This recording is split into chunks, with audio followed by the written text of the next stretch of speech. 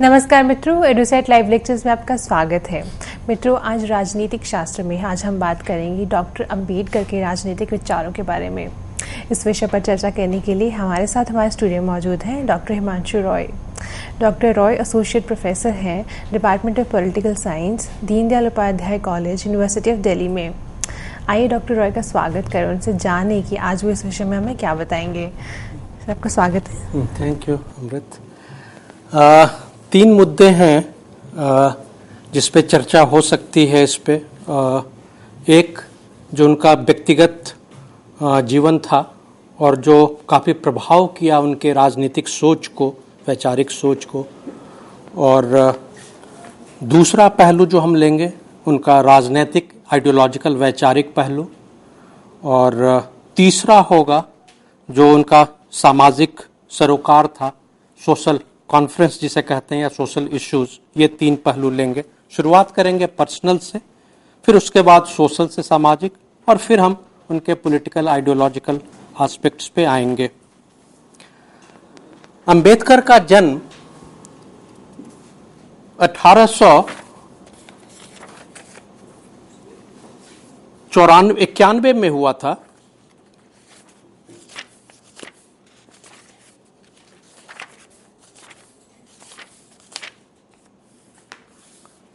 और उसके करीब 2-3 साल के अंतराल में 1894 में उनके पिताजी रामजी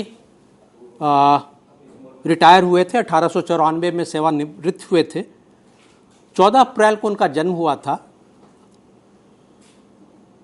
शुरू में बहुत गरीबी नहीं थी, पिताजी को अच्छी तनख्वाह मिलती थी। उस ज़माने के हिसाब से हमेशा ये चीज़ें रिलेटिव होती हैं और उस रिलेटिव संदर्भ में देखना चाहिए। और 150 रुपये के आसपास उनको तनख्वाह मिलती थी जब वो अपने करियर के पीक पे थे, और पेंशन रिटायरमेंट के बाद उनको 50 रुपये मिलती थी। इसकी तुलना हम ऐसे कर सकते हैं कि 1895 में दिल्ली यूनिवर्सिटी के हिंदू कॉलेज में उस समय एक लेक्चरर की तनख्वाह 15 रुपये होती थी, जबकि उनके पिताजी को पेंशन रिटायरमेंट के बाद 1894-95 में 50 रुपये मिलती थी। तो उस तरीके से, और गरीबी नहीं थी। डॉक्टर अंबेडकर ने खुद भी कन्फेस किया है कि उस तरीके का कोई खास गरीबी नहीं था। परिवार में भी मदर साइड से भी, माँ के भी तरफ से और पिताजी के भी तरफ से 2-3 पीढ़ियाँ फौज में रही थी। और फौज की एक खूबी ये थी कि कंपलसरी एडुकेशन था, फ्री एडुकेशन था, कम से कम प्राइमरी एडुकेशन, और लड़कों के लिए तो सेकेंडरी एडुकेशन भी कंपलसरी था। उसके अलावा अंग्रेजी माध्यम से शिक्षा होती थी। तो जो बच्चे थे फौजियों के, उन्हें शिक्षा खासकर अंग्रेजी माध्यम से मिल जाती थी, और तनख्वाह की कमी नहीं थी, पैसे ठीक ठाक सुविधाएं फौज की मिल जाती थी। और अंबेडकर ने इस चीज़ को माना है, कन्फेस भी किया है, लिखा भी है हर जगह। इसमें प्रॉब्लम थी अनटचेबिलिटी की। जिस जाति से वो आते थे, महार जाति से, वहाँ पे और जिस क्षेत्र में वो रहते थे, अगर बॉम्बे से हम गोवा के लिए चलेंगे तो पनवेल वगैरह का जो रत्नागिरी का एरिया है, उसकी जो टोपोग्राफी है, अगर उसको हम ध्यान से देखेंगे, और जो ग्रामीण परिवेश है, और ख़ासकर उस ज़माने का 1890 का, तो एक अंदाज़ लग सकता है कि समाज किस तरह का कंजर्वेटिव था। और पैसे होने के बावजूद भी जो अनटचेबिलिटी की समस्या थी, या शिक्षा मिलने के बाद भी जिस तरीके से छुआछूत या भेदभाव का परिचालन था, तो हम देखते हैं कि ये समस्याएं थी, और ये अंबेडकर के जीवन पे एक अमिट छाप छोड़ी है। लेकिन दूसरी तरफ ये भी देखा गया है कि अंबेडकर की मदद करने वाले ऊंची जाति के, ब्राह्मण जाति के भी लोगों ने उनकी मदद की, और अपने बलबूते पे बिना किसी रिजर्वेशन के उन्हें ज़िंदगी में जितना अचीव किया, जिस तरीके से 10 साल उन्होंने अमेरिका के कोलंबिया यूनिवर्सिटी से MA PhD और फिर लंदन स्कूल ऑफ इकोनॉमिक्स से MA PhD की, यानी डबल MA डबल PhD की, ये बहुत कम लोग उस ज़माने में और उस जाति के कर सके थे। 20वीं शताब्दी के प्रथम दशक में बॉम्बे में आके पढ़ना, ये अपने आप में कोई कम बात नहीं था। ये वही कर सकते थे जिनके पास आर्थिक क्षमता थी, और विद्वता थी, तभी आप बॉम्बे में किराए पे घर लेके या तो व्यक्तिगत तौर पे या परिवार के साथ या स्कूल में एडमिशन लेके या कॉलेज में एडमिशन लेके आप पढ़ाई कर सकते थे। तो मैट्रिक से लेके फिर बीए तक की पढ़ाई अंबेडकर ने बॉम्बे में की थी। उस ज़माने का वो मुंबई नहीं, बॉम्बे कहलाता था। और फिर उसके बाद 1913 में उन्हें स्कॉलरशिप मिल गई और वो कोलंबिया चले गए, और कोलंबिया से फिर वो लंदन चले गए, और उसके बाद पीएचडी एमए दोनों जगह से करने के बाद रफली 1923 में 10 साल के बाद वो भारत लौटे। कुछ महीने वो बॉन बर्लिन वगैरह में भी थे, लेकिन वहाँ आगे की पढ़ाई नहीं हो सकी। कबीर पंथ परिवार था, दोनों साइड से, माँ के भी साइड से और पिता के भी साइड से। और कबीर पंथ के अंदर हम ये देखते हैं कि जाति व्यवस्था का बहुत ज़्यादा स्थान नहीं होता है, या कबीर अपने युग के जितने बड़े क्रांतिकारी थे वैसा बहुत कम देखने को मिलता है। और कबीर पंथ का होना एक परिवार में एक सामाजिक परिवर्तन, एक अच्छे के लिए विचार देता है। और यह परंपरा परिवार में अगर चली आ रही है और 2-3 पीढ़ियों से, तो उसका असर बच्चे पे होता है, और जो हमें अंबेडकर पे देखने को मिला। दूसरा पहलू यह है उनका सोशल कॉन्फ्रेंस का, वो ये कि भारत वापस लौटने के बाद उन्होंने सामाजिक आंदोलन में सरोकार किया। 1917-20 के बाद से धीरे धीरे, पहले शुरुआती स्तर पे और बाद में फिर 23 के बाद से वो आंदोलन में आए। उसका एक अलग इतिहास है, कैसे उन्होंने टेम्पल एंट्री के लिए या पब्लिक जो कुएं होते थे या तालाब होते थे उससे पानी के लिए उन्होंने संघर्ष किया, क्योंकि उनका एक मूल मंत्र भी था, एडुकेट यानी शैक्षिक हो, ऑर्गेनाइज संगठित हो, और संघर्ष एजिटेशन। और उसी हायरार्की में थे, यानी कि पहला एडुकेशन शिक्षा, दूसरा संगठन संगठित होना, और तीसरा आंदोलन। और ये तीनों एक दूसरे से जुड़े हुए थे। तो ये एक अंबेडकर का रिफ्लेक्शन से उनकी सोच का, उनकी कर्मठता का और उनकी प्रायोरिटी का, कि अगर आप शिक्षित हैं, आप संगठित हैं और आंदोलन कर रहे हैं, संघर्ष कर रहे हैं, तो जो आपके जीवन का और समाज का लक्ष्य आपने अपने लिए रखा है उसमें सफलता काफ़ी कुछ मिल सकती है। और उन्हें मिली भी, ये देखा भी गया। और भारत के इतिहास में ऐसा देखा गया है कि जिन जिन लोगों ने संगठित होकर, शिक्षित होकर और संघर्ष किया है, उन्हें अपने उद्देश्यों में व्यक्तिगत या सामाजिक उन्हें सफलता मिली है। थोड़ा सा स्लाइटली कॉन्टेक्स्ट में जाएं, अंबेडकर के जिस परिवेश में वे, सामाजिक परिवेश में वो पले बढ़े, मैं अभी व्यक्तिगत पे नहीं आऊँगा, तो उससे उनके जो सामाजिक सरोकार थे, खासकर जातीय उत्थान का, उसको समझने में सहूलियत होगी। कांग्रेस के अंदर या कांग्रेस से पहले भी सोशल रिफॉर्म्स जिसे हम कहते हैं, समाज सुधार एक महत्वपूर्ण मुद्दा था, जो राजा राम मोहन राय ने 1813-17 के आसपास से शुरू किया था। और फिर ये धीरे धीरे जब कांग्रेस आई, स्थापना हुई 1885 के बाद भी, तो ये मुद्दा सोशल कॉन्फ्रेंस के नाम पे चलता रहा। इसमें 2 तरह की सोच थी। एक सोच ये थी कि आज़ादी बाद में आएगी, पहले हम अपने समाज को सुधार लें, क्योंकि आज़ादी का पर्पस भी यही है, समाज सुधार करना, व्यक्ति का विकास करना और समाज का विकास करना। तो हम पहले अपने व्यक्ति और समाज का, भारतीय समाज का, जो समस्याएं हमारे समाज में हैं उसका सुधार कर लें, उसके लिए एजिटेट करें, उसके लिए रिफॉर्म्स की बात करें, कानून की बात करें, शिक्षा की बात करें, वो ज़्यादा जरूरी है। और सोशल कॉन्फ्रेंस 1897 के आसपास तक काफ़ी मजबूती से उसकी भूमिका सामाजिक परिवर्तन में रही, और कांग्रेस का एक हिस्सा काफ़ी महत्वपूर्ण तरीके से इन मुद्दों के ऊपर में आंदोलित होता रहा और काम भी करता रहा। बट धीरे धीरे हम देख रहे हैं 1893-1897 के बाद से, यानी 1890-95 के बाद से ग्रेजुअली जो सोशल कॉन्फ्रेंस का मुद्दा था वो गौण होता चला गया, रेलिगेटेड इनटू द बैकग्राउंड, और जो पॉलिटिकल मुद्दा था यानी कि स्वतंत्रता का, आज़ादी का, वो ज़्यादा हावी होता चला गया। इसका असर क्या हुआ?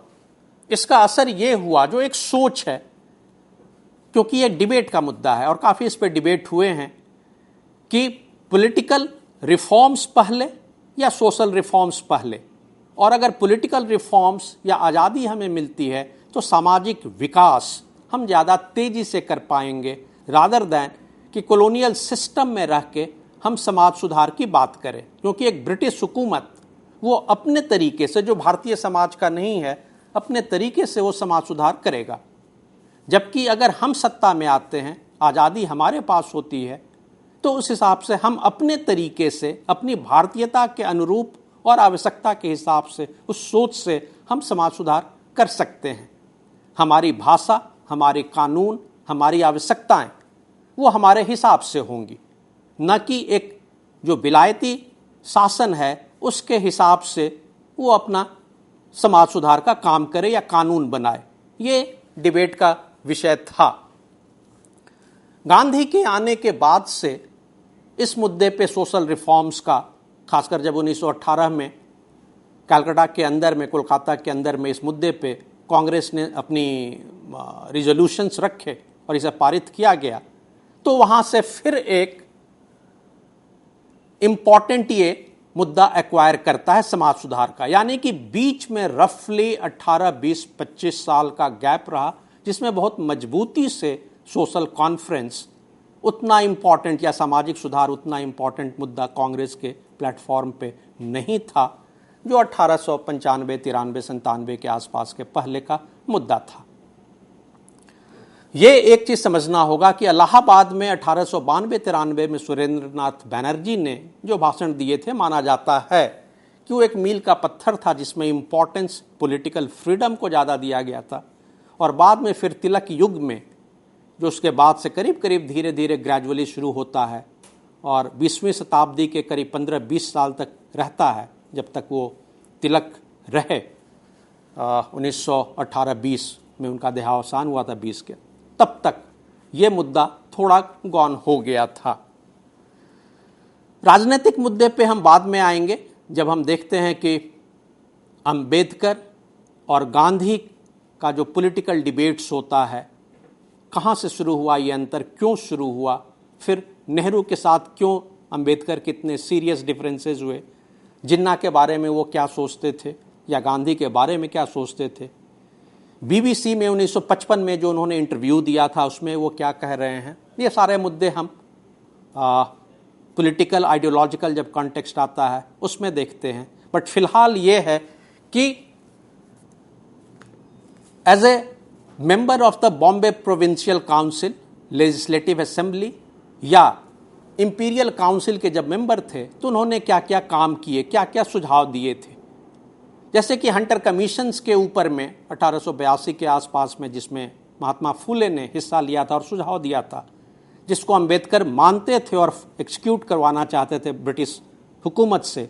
उसमें यह देखा गया है कि शिक्षा उनके लिए बहुत महत्वपूर्ण थी कि चौथी तक की शिक्षा कंपलसरी और फ्री होनी चाहिए, क्योंकि जो आंकड़े उन्होंने दिए थे उस आंकड़ों में हायर एजुकेशन में ज़बरदस्त कमी थी, जहां पे हम देख रहे हैं कि शेड्यूल कास्ट जो थे, जिसे आज हम शेड्यूल कास्ट कहते हैं, उस जमाने में डिप्रेस्ड क्लासेस या अनटचेबल्स कहलाते थे, उनकी संख्या काफ़ी कम थी। लेकिन ये दूसरी तरफ मानना पड़ेगा, और थोड़ा सा अगर हम इतिहास में ऐसा जाते हैं तो 1810 में, 1815 में, 1825 में या 1790 में जो ब्रिटिश हुक्मरानों ने खुद रिपोर्ट्स भेजे हैं, उसमें हम देखते हैं कि भारतीय परिवेश की, भारतीय ग्रामीण परिवेश की भी स्थिति इंग्लैंड की तुलना में, उस जमाने के इंग्लैंड की तुलना से बहुत बेहतर थी। या वो टेक्निकल एजुकेशन हो, उस जमाने का टेक्निकल एजुकेशन, आज के टेक्निकल एजुकेशन से नहीं, जो ग्रामीण परिवेश में टेक्निकल शिक्षा होती है, वो इंग्लैंड से हम ज़्यादा विकसित थे। क्योंकि इंग्लैंड के अंदर में जो स्कूल्स होते थे, जो ग्रामर स्कूल्स होता था या पब्लिक के लिए जो स्कूल्स होता था, उसके कॉन्टेक्स्ट, परिवेश एंटायरली डिफरेंट थे, उसका पर्पस, उद्देश्य एंटायरली डिफरेंट होता था। उससे अगर हम तुलना करें तो ब्रिटिश कॉलोनी के इस्टेब्लिश होने तक भारत में शिक्षा की स्थिति, ब्रिटिश हुक्मरानों का खुद का मानना है, जो उन्होंने रिपोर्ट्स दिए थे, चाहे वो मद्रास प्रेसिडेंसी का हो या बंगाल प्रेसिडेंसी का हो या पंजाब का हो या बॉम्बे प्रेसिडेंसी का हो, ये रिपोर्ट्स इंडिकेट कर रहे हैं कि भारत शैक्षिक स्तर पे बहुत विकसित समाज था। और कॉलोनी बनने के बाद से और खासकर 1830-35 के बाद से जो नई शिक्षा नीति आई, उससे धीरे धीरे गिरावटें और एक स्टम्बलिंग ब्लॉक और समाज का विकास होना जिस गति से होना चाहिए था वो कम हो गया या रुक गया। और खासकर इसका जो सबसे ज़्यादा असर पड़ा वो शेड्यूल कास्ट के ऊपर में, डिप्रेस्ड क्लासेस के ऊपर में पड़ा। 1880-82 में जब हंटर कमीशंस के रिपोर्ट आ रहे हैं, वहाँ पे पेशी हो रही है, तो महात्मा फुले वहाँ पे जाके रिपोर्ट दे रहे हैं, सजेशन सुझाव दे रहे हैं कि क्या क्या शिक्षा की बढ़ोतरी के लिए और खासकर जो गरीब समाज का सेक्शन है या डिप्रेस सेक्शन है उसके लिए क्या होना चाहिए। और उसी को आगे कैरी फॉरवर्ड करते हैं डॉक्टर अंबेडकर, जब वो कहते हैं कि फ्री एंड कंपल्सरी एजुकेशन, और पैसा उतना खर्च होना चाहिए शिक्षा पे जितना कि हम लगान लगाते हैं, यानी कि एक पर्टिकुलर रेवेन्यू, एक्साइज का जो हम आमदनी होती है सरकार को, वो पूरा का पूरा शिक्षा के ऊपर में खर्च होना चाहिए। यानी कि एक्साइज टैक्स जो लगाते हैं वो शिक्षा के ऊपर में खर्च होनी चाहिए। ये उनका सुझाव था, खासकर जब वो लेजिस्लेटिव काउंसिल के मेंबर थे या लेजिस्लेटिव असेंबली के मेंबर थे, तो उन्होंने शिक्षा के ऊपर में अपनी जो रिपोर्ट दी थी उसमें ये उनका सुझाव था।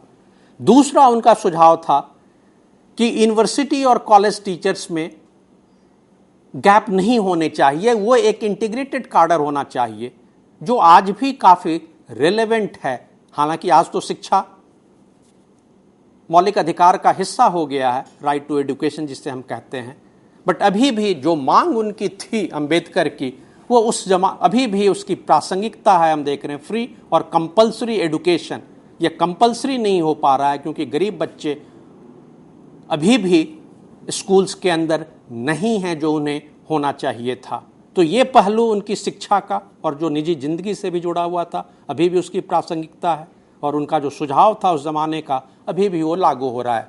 शिक्षा के ऊपर में जितना खर्च होना चाहिए था और जो उन्होंने सुझाव दिया था वो खर्च अभी भी उतना नहीं हो रहा है, उसमें कमी है, इसका उन्होंने सुझाव दिया था, और ये अच्छा सुझाव था जो आज भी प्रासंगिक है, रेलेवेंट है। जो तीसरा पहलू है कि हायर एजुकेशन का मुख्य मुद्दा होना चाहिए प्राइमरली रिसर्च, आइडिया के लेवल पे डेवलपमेंट, नई सोच, न कि केवल डिग्री बांटना जो आज की तारीख में हायर एजुकेशन सिमट के रह गया है कि हम मूलतः बीए या एमए की डिग्री बांटते हैं और यह टाइम पास हो रहा है, जो धीरे धीरे आज़ादी के बाद से 60-70 के दशकों में एक ऊंची शिक्षा मजाक बन के रह गया है ज़्यादातर लोगों के लिए डिग्री के अलावा, और वो कुछ खास नहीं बचा है जो हम ग्रेजुएशन की डिग्री देते हैं। अंबेडकर का बहुत पहले ये सुझाव था कि ये मूलतः रिसर्च होना चाहिए, और जो एम्प्लॉयमेंट का मुद्दा होना चाहिए वो vocationalisation, technical education, skill development, जो आज अभी वर्तमान सरकार फोकस कर रही है स्किल डेवलपमेंट पे। ये स्किल डेवलपमेंट का मुद्दा अंबेडकर ने भी उठाया था और 1920-30 के दशक में उठाया था। कितना वो प्रासंगिक थे या अपने से दूर सोच सकते थे, वो अभी भी देख रहे हैं कि हमारे समाज में उनकी इस सुझावों की प्रासंगिकता है। यानी skill development, technical education, vocationalisation of education. तो यानी 3 पहलू हुए शिक्षा का। एक, जो खर्च होना चाहिए शिक्षा के ऊपर में, आज भी रेलेवेंट है, हम उतना खर्च नहीं कर पाते हैं। दूसरा, फ्री एंड कंपल्सरी एजुकेशन, वो अपने ज़माने में 4वीं तक की बात करते थे, फ्री एंड कंपल्सरी, जो अब बढ़ा के स्कूल तक, 12th तक करना चाहिए फ्री एंड कंपल्सरी एजुकेशन। और तीसरी बात, वोकेशनलाइजेशन ऑफ एजुकेशन, यानी स्किल डेवलपमेंट, जो अब ये सरकार ज़बरदस्त फोकस कर रही है। और युवा पीढ़ी जिस तरीके से बहुमत में है, 67% के आसपास में, सरकार की ये नीति बहुत प्रभावी होनी चाहिए क्योंकि उसकी बहुत ज़रूरत है। और चौथा कि हायर एजुकेशन का मुख्य मुद्दा रिसर्च होना चाहिए या आइडिया के लेवल पे नए नए आइडियाज जो समाज को आगे प्रगति की तरफ ले जाएं। तो ये तो एक शिक्षा का पहलू हो गया। दूसरा उन्होंने सुझाव दिया था वो था लैंड रिफॉर्म्स का या नेशनलाइजेशन ऑफ लैंड्स का, वो ज़्यादा महत्वपूर्ण है। कुछ इंडस्ट्रीज जिसका राष्ट्रीयकरण हो, nationalization of some of the industries, सारी इंडस्ट्रीज नहीं but some of the industries, और जमीन का राष्ट्रीयकरण, इन्होंने वो सुझाव दिया था जो बहुत बड़े स्तर पे तो नहीं माना गया, लेकिन हाँ पब्लिक सेक्टर अंडरटेकिंग्स का जो ग्रोथ हुआ खासकर आज़ादी के बाद से, उसमें एक उनकी छाप दिखती है हल्की सी। जो तीसरा मुद्दा था, उन्होंने समाज सुधार की बात की थी अपने परिवेश में, खासकर जो कोंकण का क्षेत्र है वहाँ पे उन्होंने जो लैंड रिफॉर्म्स की बात की थी, उसका असर पड़ा था समाज के ऊपर में। कहीं भी जहाँ लैंड रिफॉर्म्स होते हैं, भीख मांगने के बजाय उन्होंने कहा था कि खेती करने के लिए अपने महार जाति के बंधुओं को जब वो एड्रेस करते थे कि आप खेती करें, और इससे क्या होगा खेती करने से कि आपका जो सम्मान है वो बढ़ेगा, आप में स्वावलंबन होगा। यानी कि दो मुख्य मुद्दा था उनका एडुकेशन से जो जुड़ा हुआ था, इमेंसिपेशन, सेल्फ इमेंसिपेशन, और दूसरा था स्वावलंबन के अलावा आत्मसम्मान, your pride in your self. क्योंकि एक वहां पे ऐसी परंपरा कस्टम डेवलप हो गई थी उनके क्षेत्रीय परिवेश में, जहां पे वो घर घर भीख मांगते थे रोटी के लिए, और जिसके लिए उन्होंने कुछ कानूनी परिवर्तन भी किए थे, और बाद में उसको कानून बना के या शिक्षित करके या संगठित करके लोगों को, उनकी चेतना को बदलने की कोशिश की थी। जो हम अगले पहलू पे आएंगे, जो राजनैतिक और वैचारिक है, आइडियोलॉजिकल और पॉलिटिकल, जो काफी महत्वपूर्ण है, जो हम आगे इसके सेक्शन में ले जाएंगे थोड़ी देर के बाद। उसमें हम ले जाएंगे जैसे हिंदू कोड बिल हो गया, नेहरू के साथ उनके संबंध हो गए, कैबिनेट में नेहरू की क्या पोजीशंस होते थे, कॉन्स्टिट्यूएंट असेंबली में क्या पोजीशंस थे नेहरू के, और अंबेडकर के क्या रिश्ते थे, गांधी के साथ उनके क्या रिश्ते थे, कौन कौन मुद्दों पे डिबेट चला, रिजर्वेशंस के ऊपर में, सर्विसेज में पॉलिटिकल रिजर्वेशंस, उनकी क्या क्या सोच थी। ये बहुत कंटेंसस मुद्दे हैं, बहुत डिबेट के मुद्दे हैं, बट इसको जानना जरूरी है। ये हम ले जाएंगे आगे के सेक्शन में। फिलहाल जो सेक्शन है जिसको हम वाइंड अप कर सकते हैं धीरे धीरे पॉइंट्स सम अप करके, उसमें यह है कि अंबेडकर का फोकस सोशल रिफॉर्म्स पे था। ऐसा नहीं कि वो पॉलिटिकल इंडिपेंडेंस के खिलाफ थे, प्रायोरिटी की बात है, प्रायोरिटी उनका सोशल रिफॉर्म्स था, नंबर 1। नंबर 2, उस सोशल रिफॉर्म्स में अनटचेबिलिटी, सबसे भारी जो समाज की समस्या थी, वो उनका सबसे फर्स्ट प्रायोरिटी था, और उसके लिए उनका ये था कि ये कोई देगा नहीं, आपको लड़कर लेना होगा, संगठित होकर संघर्ष करके लेना होगा। और उसके बाद ये जुड़ा हुआ है आपका संगठन शिक्षा के साथ, यानी कि आप कोई चीज जो लेते हैं समाज में तो आपको पहले जानकारी होनी चाहिए, पूरा थॉरो डिटेल इंफॉर्मेशन होना चाहिए, और उसके लिए जरूरी है कि आप शिक्षित हों। तो शिक्षा उन्होंने बहुत जबरदस्त इसके लिए इंपॉर्टेंस इसको दिया था।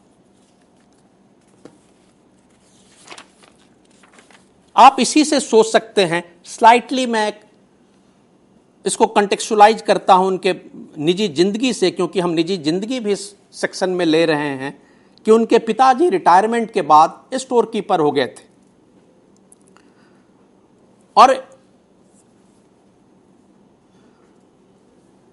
इन्होंने रिक्वेस्ट किया था, क्योंकि पढ़ाते थे ये स्कूल के अंदर इनके फादर, तो मराठी के ऊपर में और अंग्रेजी के ऊपर में इनका जबरदस्त कमांड था, इनके पिताजी का, अंबेडकर के फादर का।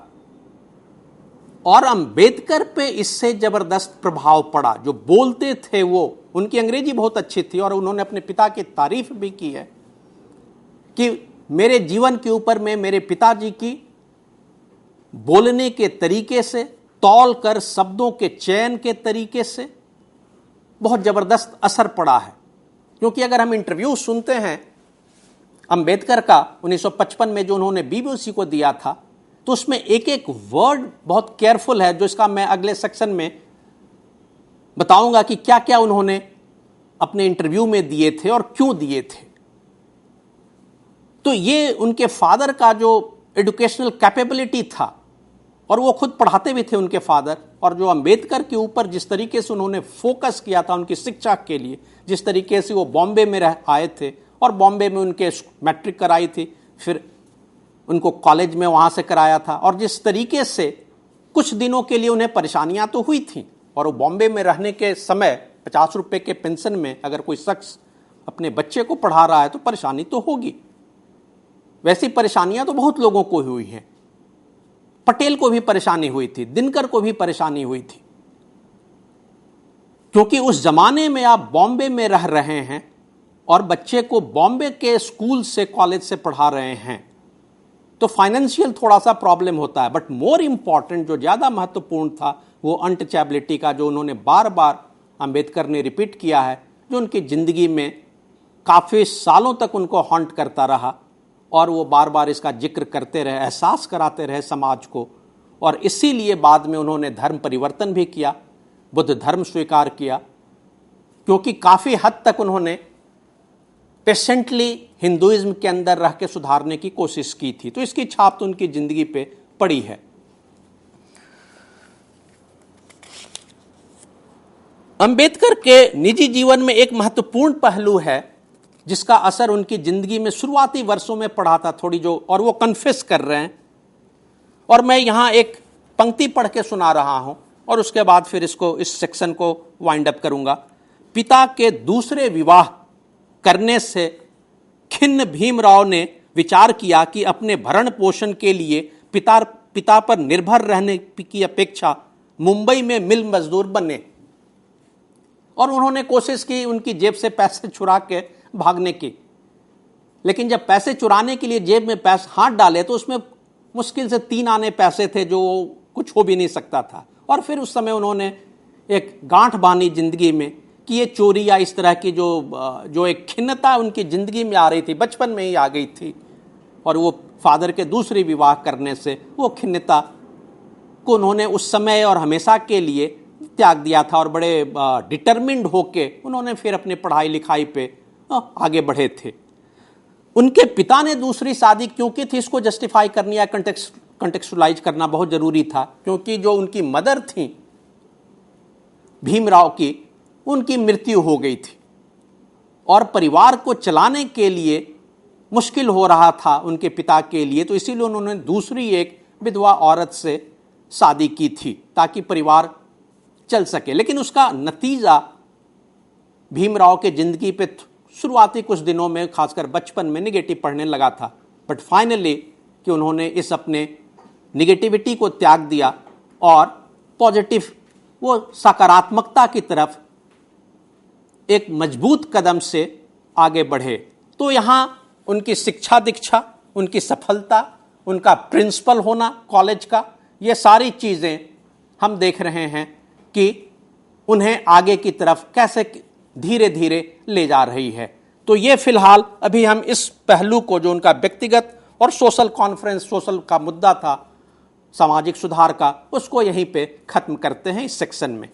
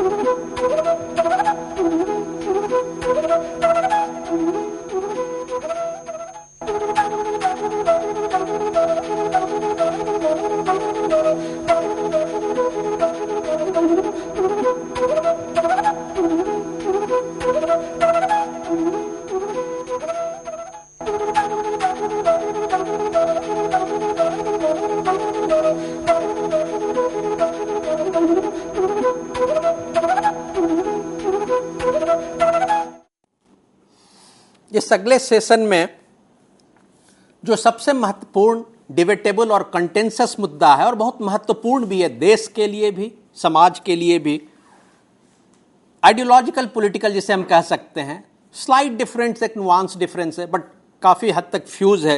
ये जो तीसरा मुद्दा है, इसके हम चर्चा करेंगे। इसके पहले वाले सेक्शन में हमने उनके व्यक्तिगत और सोशल जो सुधार थे, सामाजिक सुधार, सोशल रिफॉर्म्स के मुद्दे पे, सोशल कॉन्फ्रेंस के मुद्दे पे चर्चा की थी।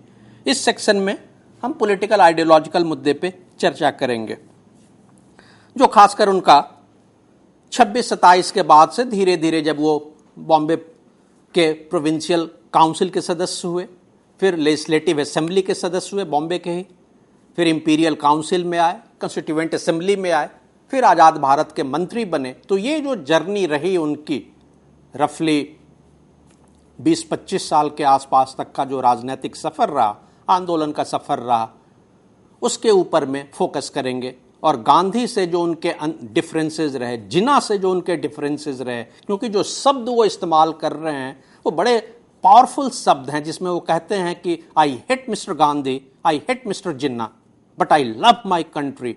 ये शब्द जो है आई हेट, इसको कंटेक्स्ट क्या था, इसको समझना बहुत जरूरी है। आज तक उन्होंने कभी जीवन में महात्मा गांधी को नहीं कहा था, उन्हें महात्मा कहा, उन्हें माना भी नहीं, क्योंकि जो 55 का उनका इंटरव्यू था बीबीसी को दिया हुआ, उसमें वो बार बार कह रहे हैं आई हैव सीन द महात्मा, मतलब वो सरकाज़्म के अंदर कह रहे हैं, इन्वर्टेड कॉमा में, जिसे हम लोग एकेडमिक्स में यूज करते हैं, in a bare form, I have seen his bare form, his pangs, his using the word, जो शब्द का वो इस्तेमाल कर रहे हैं गांधी के लिए, वो बहुत स्ट्रॉन्ग वर्ड्स है। पैंग्स कह रहे हैं, बेयर फॉर्म्स कह रहे हैं, उस हेट शब्द का इस्तेमाल कर रहे हो, तो जिन्ना के लिए भी कर रहे हैं। जबकि हमने देखा एक आज़ाद भारत में, और हाल फिलहाल जो सर्वे हुआ है, जो टेलीविज़न चैनल्स ने किए थे कुछ सालों पहले, तो उसमें सबसे जो भारत के लीडिंग या शताब्दी के लीडिंग पर्सनालिटी थे वो गांधी थे, और उसके बाद नंबर दूसरे स्थान पे अम्बेडकर है। यानी कि आज भी गांधी महत्वपूर्ण है कि यंग पीढ़ी में भी, जब भारत की आज़ादी को करीब करीब 70 साल हुए हैं और संख्या करीब 67-70% युवाओं की है, और ये संख्या आगे बढ़ने जा रही है, इसके बावजूद भी यंग पीढ़ी भी गांधी को नंबर 1 मान रहा है इस देश का लीडिंग पर्सनालिटी, लेकिन अम्बेडकर को नंबर 2 मान रहा है। तो ये अपने आप में एक जबरदस्त डिबेट का विषय है कि दोनों पोल्स अपार्ट, और दोनों को भारत की जनता आज़ादी कितने सालों के बाद भी मान रही है। इसका मतलब कि ये एक बहुत सीरियस इशू है, जबरदस्त मुद्दा है, जिस पे चर्चा की जरूरत है। क्या क्या मुद्दे थे, पहले उससे शुरू करते हैं। पहला ये था कि क्यों 1930, 31, 32 में, क्योंकि पूरी जिंदगी में अंबेडकर ने गांधी से 2 दफे मुलाकात की है।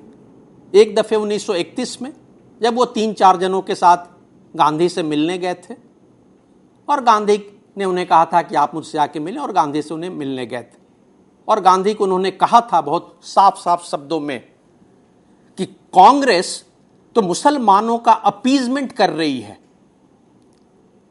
दलित नहीं दिख रहे हैं आपको, और दलित के लिए केवल आप एक आइडेंटिटी, एक मार्का के तौर पे, एक शुरुआत के तौर पे, एक टोकेनिज्म के तौर पे, जो एप्रोप्रिएट शब्द होगा टोकेनिज्म अंग्रेजी का, इसके तौर पे आप केवल एक मुद्दा उठा रहे हैं, लेकिन सही आपकी मंशा नहीं है दलितों को ऊंचे स्थान पे ले जाना। ये एक जबरदस्त पहला चार्ज है, गांधी पे ये लगा रहे हैं और कांग्रेस पे लगा रहे हैं कि कांग्रेस दलित विरोधी है। मुस्लिम अपीजमेंट ये अंबेडकर कह रहे हैं कि कर रहे हैं आप, लेकिन दलित अपीजमेंट तो आपने कभी नहीं किया।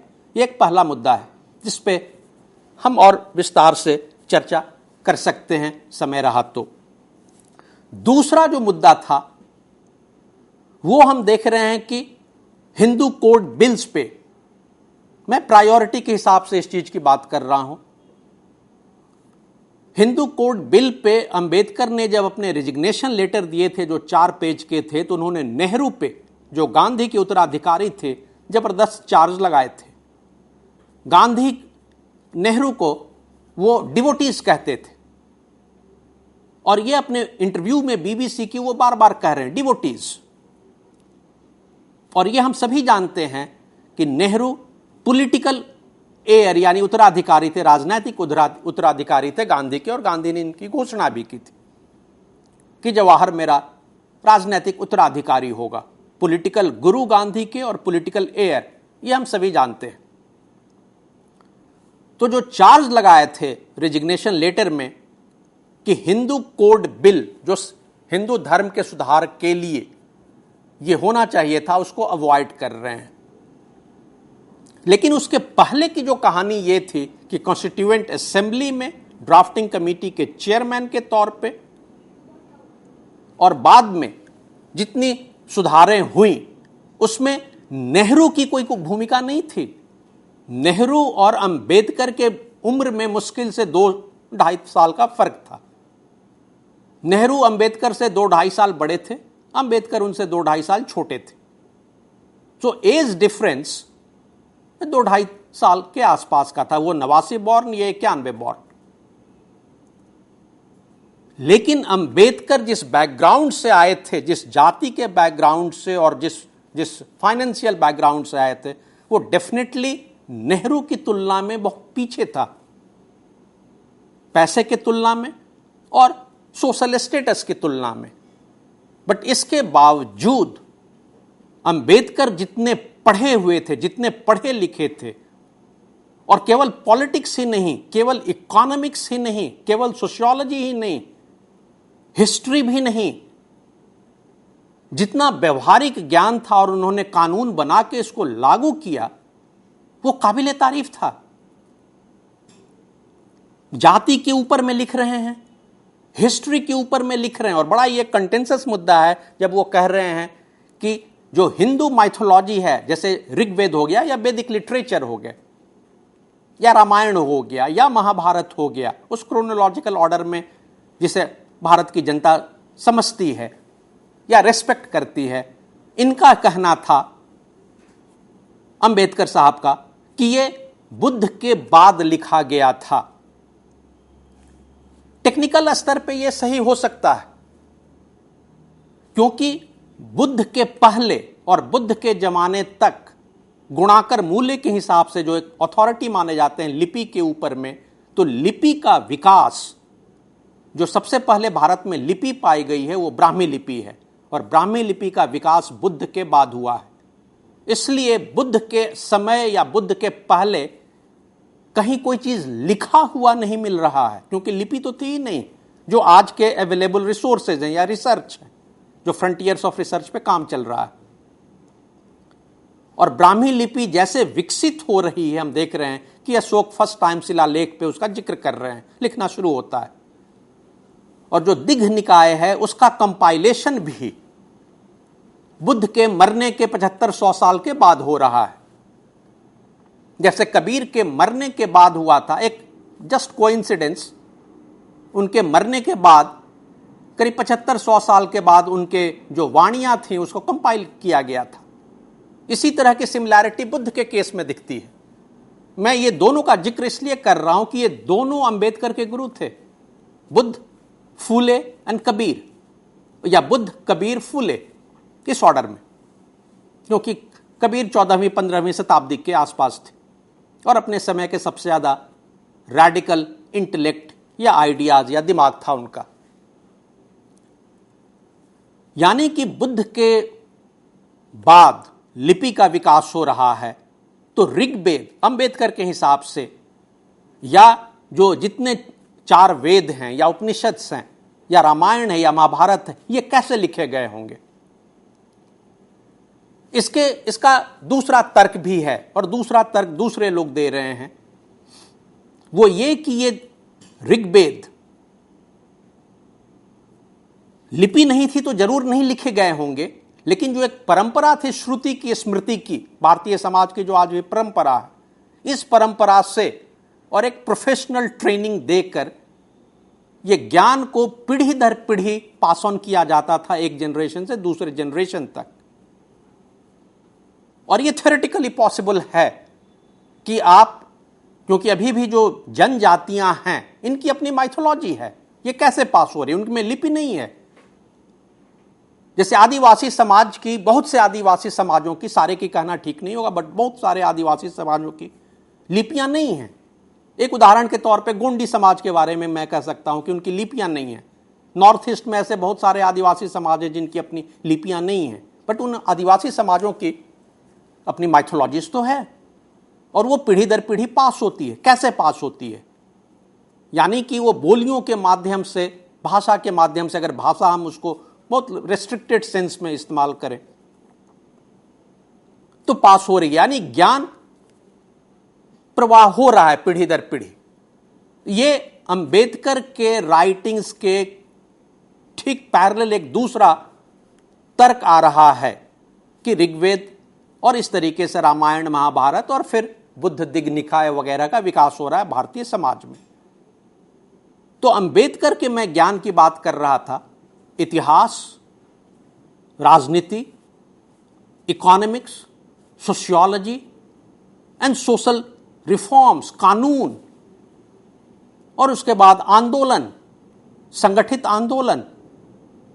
यानी कि वो शख्स अपने समय का सबसे सक्षम व्यक्ति था, far ahead of, far better than Nehru. दोनों में नहीं बहुत ज्यादा एक दूसरे के प्रति लाइकिंग थी। आर्ग्यूमेंट ये है कि कॉन्स्टिट्यूएंट असेंबली में या मंत्रिमंडल में आजाद भारत के लाने के पीछे अंबेडकर को गांधी का हाथ था। गांधी ने ये सुझाव दिए थे, और फिर पटेल की माध्यम से सहूलियत से ये अंबेडकर कॉन्स्टिट्यूएंट असेंबली में ये ड्राफ्टिंग कमेटी के चेयरमैन और फिर मंत्री बने। जो अंबेडकर एक्सपेक्ट कर रहे थे पोर्टफोलियो यानी मंत्रिमंडल, तो जो उनकी शिक्षा थी उस शिक्षा के हिसाब से वो फाइनेंस मिनिस्ट्री एक्सपेक्ट कर रहे थे, बट जो उनको पोर्टफोलियो दिया गया वो एंटायरली डिफरेंट था, जिसमें कोई खास काम अंबेडकर की सोच के हिसाब से या जो उनको काम दिया गया था उसमें कोई खास काम बहुत ज्यादा नहीं था। और वन ऑफ द इंपॉर्टेंट मुद्दा जो ये सुझाव दिया था इन्होंने कैबिनेट की मीटिंग में नेहरू के जमाने में, कि हिंदू कोड बिल यानी कि समाज सुधार के लिए ये कानून पारित होना बहुत जरूरी है। और जिस तरीके से नेहरू ने रिएक्ट किया उस हिंदू कोड बिल के ऊपर में, तो out of disgust Ambedkar resigned, और वो जो 4 पेज का उन्होंने रेजिग्नेशन लेटर लिखा था उसमें ये सारी चीजों की चर्चा वो काफी हद तक कर रहे थे। जो तीसरा महत्वपूर्ण पहलू है, नेहरू के फंक्शनिंग के ऊपर में अंबेडकर बार बार उंगली उठा रहे हैं, चार्ज लगा रहे हैं। पर्सनलाइज्ड फंक्शनिंग, न कि कलेक्टिव फंक्शनिंग, यानी कैबिनेट फॉर्म ऑफ गवर्नेंस की जगह prime ministerial form of governance. और ये वहां से शुरुआत हो रही है, जो अपने पीक पे हम देख रहे हैं कि सब्सिक्वेंटली इंदिरा गांधी या राजीव गांधी के टाइम तक ये आ रही है। सो कैबिनेट फॉर्म डेवलप होने के बजाय एक आजाद भारत में एक prime ministerial personalised form of governance, और ये चार्ज नेहरू के ऊपर में अंबेडकर ने लगाया था। तो ये the Guru and the political air, इन दोनों के साथ जो डिफरेंसेस थे अंबेडकर के, ये जबरदस्त थे। और ये एक एक करके, जैसा मैंने पॉइंट्स बताया, कि focus on the political independence, अगर हम कॉलोनियल रिजीम की बात करें तो, न कि सोशल रिफॉर्म्स।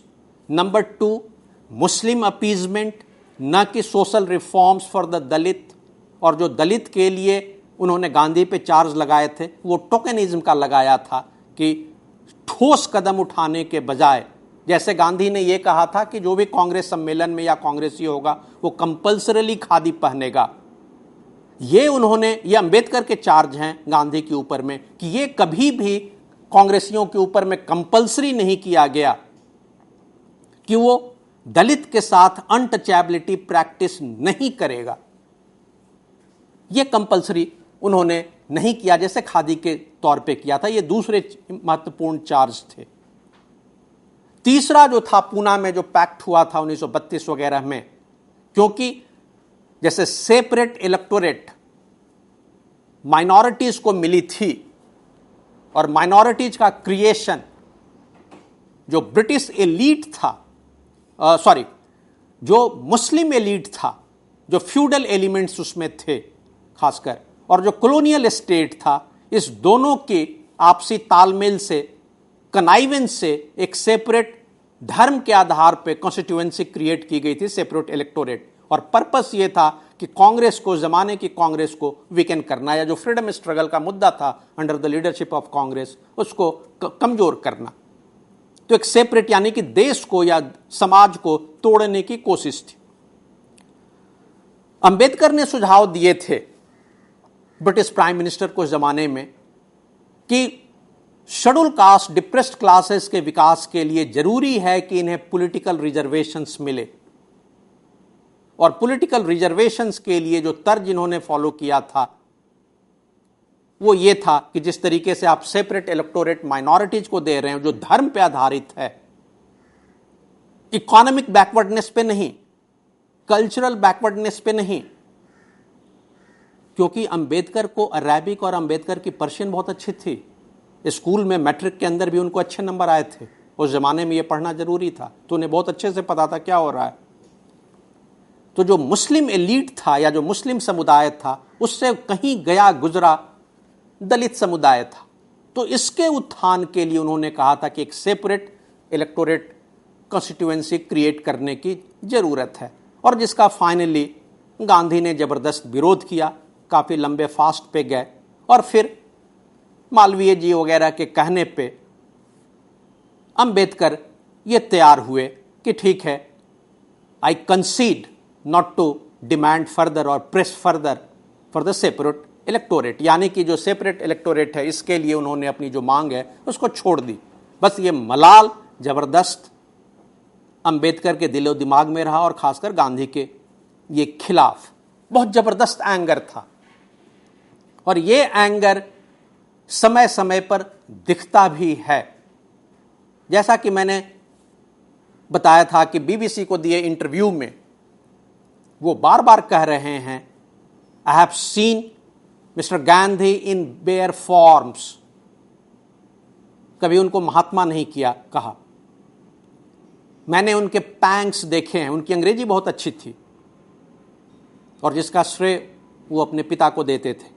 शब्द तौल तौल के बोल रहे थे वो, जो इंटरव्यू में दिखता है। तो ऐसे स्ट्रॉन्ग शब्दों का इस्तेमाल कर रहे हैं, और जैसा मैंने पहले भी कहा था कि वो वर्ड इस्तेमाल कर रहे हैं हिट का ही, hit mister Gandhi and mister Jinnah. और उसके बाद कह रहे हैं कि फिर भी मैं जबरदस्त देशभक्त हूं, क्योंकि कांग्रेस उस जमाने की, जब ये सेपरेट इलेक्टोरेट की बात चल रही थी और गांधी फास्ट पे थे, तो इनके खिलाफ एक माहौल क्रिएट किया गया था अंबेडकर के खिलाफ कि ये देशद्रोही हैं, ट्रेटर, गद्दार, जिसका इन्हें मलाल जबरदस्त था। और ये जो गद्दारी वाली बात है, ये इन्हें इतनी चुभी कि ये बार बार कह रहे हैं जहां भी इन्हें मौका मिल रहा है कि मैं देशभक्त हूं। और देशभक्त का ये है कि मैं पॉलिटिकल इंडिपेंडेंस के खिलाफ नहीं हूं, बट माय प्रायोरिटी, जो मेरा महत्वपूर्ण मुद्दा है, वो सोशल रिफॉर्म्स है। और जिसके लिए उन्होंने जो स्लोगन क्वाइन किए थे, जो आज का भी पीढ़ी है वो उसको लागू करता है, यानी एडुकेट, ऑर्गेनाइज एंड एजिटेट, जनसंघर्ष।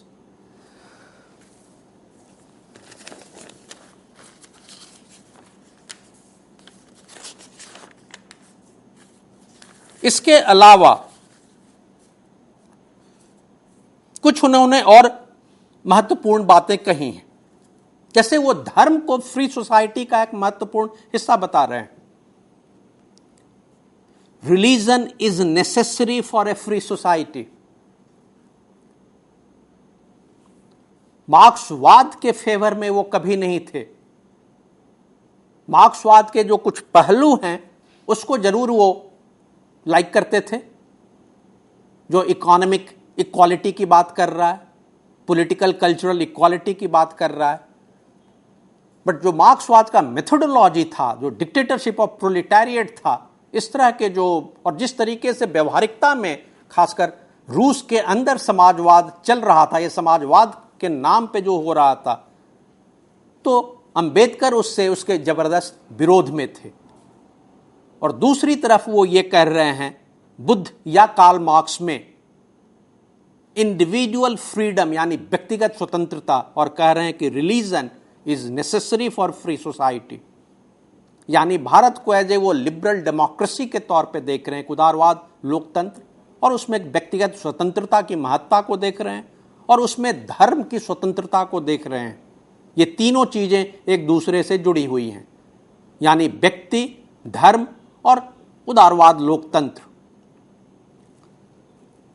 दूसरा वो महत्वपूर्ण चीजें कह रहे हैं, everyone has the right to learn, हर व्यक्ति को पढ़ने और सीखने, सोचने, बोलने की स्वतंत्रता, जो व्यक्तिगत स्वतंत्रता से जुड़ा हुआ है। उसके अलावा inquiry and examination, inquiry and examination का यह मतलब हुआ यहां पे कि क्रिटिकल थिंकिंग,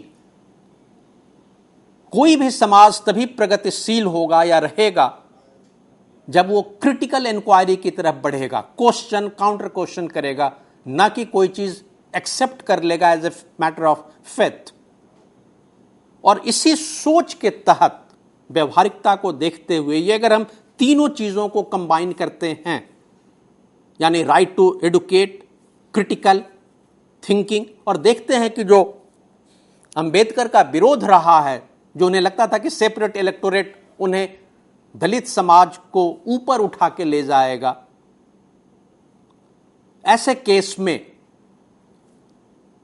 गांधी की जो पहल थी सेपरेट इलेक्टोरेट को रोकने की, दलितों को न देने की, क्योंकि गांधी को लगता था इससे समाज के फर्दर टुकड़े हो जाएंगे। जिस समय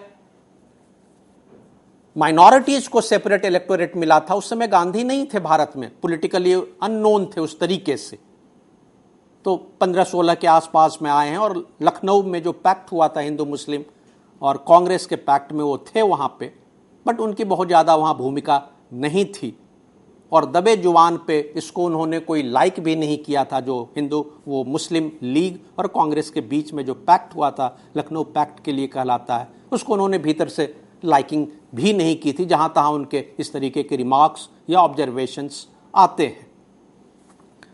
तो ये जो सोच थी वो हम देख रहे हैं कि अंबेडकर के अंदर में दिख रहा है। और जो मैंने ये कहा, I dislike them, I hate mister Gandhi, mister Jinnah, I dislike them, but I love India more, ये 1943 में वो कह रहे हैं। और उसके पीछे वो कारण जो दे रहे हैं कि राष्ट्र किसी व्यक्ति विशेष से ज्यादा महत्वपूर्ण होता है। The country is greater than man, I love my country. 1943 में वो बार बार इस चीज को एम्फेसाइज कर रहे हैं।